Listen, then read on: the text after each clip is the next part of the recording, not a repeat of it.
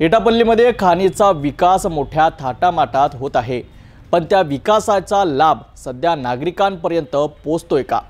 सोन्या चांदीसारख्या खनिज संपत्तीने नटलेल्या या भूमीत सामान्य माणूस मात्र आजही बसच्या प्रतीक्षेत उभा आहे। एटापल्ली बस स्थानकावर 15 ते 20 प्रवासी, ज्यात महिला आणि लहान मुलेही होते, संध्याकाळी बस न मिळाल्याने तासनतास अडकून पडले। खाणीचा रस्ता मिळाले पण नागरिकांना बस मिळत नाही, अशी ही दुर्दैवी परिस्थिती आहे। एटापल्ली बस स्थानकावर एक वेदनादायक दृश्य पाहायला मिळाले। सुमारे 15 ते 20 प्रवासी, ज्यात महिलांबरोबरच लहान मुलेही होती, आपल्या गावी जाण्यासाठी बसची वाट पाहत होते। सकाळी शासकीय आणि वैद्यकीय कामासाठी एटापल्ली येथे आलेल्या या प्रवाशांना संध्याकाळच्या वेळी मात्र बस मिळाली नाही। एटापल्ली गट्टा वांगेतुरू या मार्गावर धावणाऱ्या बसमध्ये आधीच शासकीय विभागातील 30 ते 40 कर्मचारी बसले होते, त्यामुळे सामान्य प्रवाशांना जागा मिळालीच नाही, तर उभे प्रवासीही दारापर्यंत गर्दी करून उभे होते।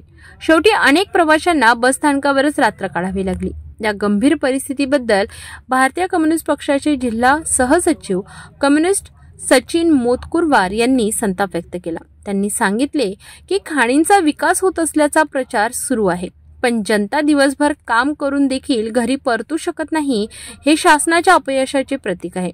मोतकुरवार, सूरज जगकुलवार आणि संदीप गोटा यांनी मिळून महाराष्ट्र राज्य परिवहन मंडळाच्या अहेरी आगार व्यवस्थापकांना भेटून या संदर्भात तक्रार नोंदवली। या तक्रारीत अतिरिक्त बस फेऱ्या सुरू करण्याची, शासकीय कर्मचाऱ्यांसाठी स्वतंत्र बस व्यवस्था करण्याची आणि संध्याकाळच्या वेळी नियमित बस सेवा सुरू ठेवण्यासाठी मागणी करण्यात आली आहे। हे प्रकरण शासनाच्या घोषणांमधील विकास आणि प्रत्यक्षातील वास्तव यामधील 3 विसंगती स्पष्ट घडते। हे प्रकरण शासनाच्या घोषणांमधील विकास आणि प्रत्यक्षातील वास्तव यांमधील तीव्र विसंगती स्पष्ट करते।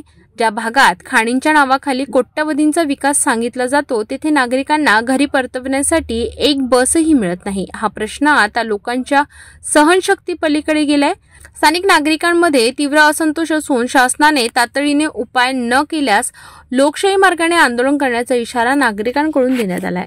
सर्वांना दिनांक 10 ऑक्टोबर 2025 रोजी काही नागरिकांनी सायंकाळी 7 वाजता मला फोन करून बोलावले होते। तर बस स्टँडवर गेल्यावर बघितलो की अनेक नागरिक तिथं महिला व लहान मुले बस स्थानकावर उभे होते। त्यांचं म्हणणं होतं की बसमध्ये जागा नाही म्हणून आम्ही जाऊ नाही शकत, पण सकाळी आम्ही वांगेतुरी गट्टा एटापल्ली याच बसने एटापल्ली शासकीय व इतर कामासाठी आलो होतो। आता सायंकाळ झाल्यावर त्या बसमध्ये अनेक शासकीय विभागाचे कर्मचारी बसून गेले 30 ते 40 संख्येने, व इतर नागरिक आमच्यासोबत आले घुसल्यामुळे दारपर्यंत बस भरली होती, म्हणून 15 ते 20 महिला, लहान मुले व नागरिक बाहेरच राहून गेले होते ना। सायंकाळ झाल्यामुळे त्यांना जाण्यासाठी दुसरी गाडी नव्हती। बसच्या कंडक्टर राहुलला मी याबाबत बोललो, तर ते म्हणे की आम्ही असमर्थ आहोत यांना मदत करण्याबाबत। तर यामुळे आम्ही दिनांक 12 तारखेला आम्ही अहेरी आगारात जाऊन याविषयी तक्रार दिली की नागरिकांनी येण्याची सुविधा करावी। जे नागरिक बसने येतात सकाळी, त्यांना जाण्यासाठी सायंकाळी बस नसेल ते कुठे जाणार, महिला लहान मुलं। तर या विषयाबद्दल आम्ही त्यांना मागणी केलो की शासकीय कर्मचाऱ्यांना स्वतंत्र बस व्यवस्था द्यावी व जे नागरिक या बसच्या भरोश्यावर येतात त्यांना त्याच बसवर नेण्याची बसची जिम्मेदारी आहे महामंडळाची।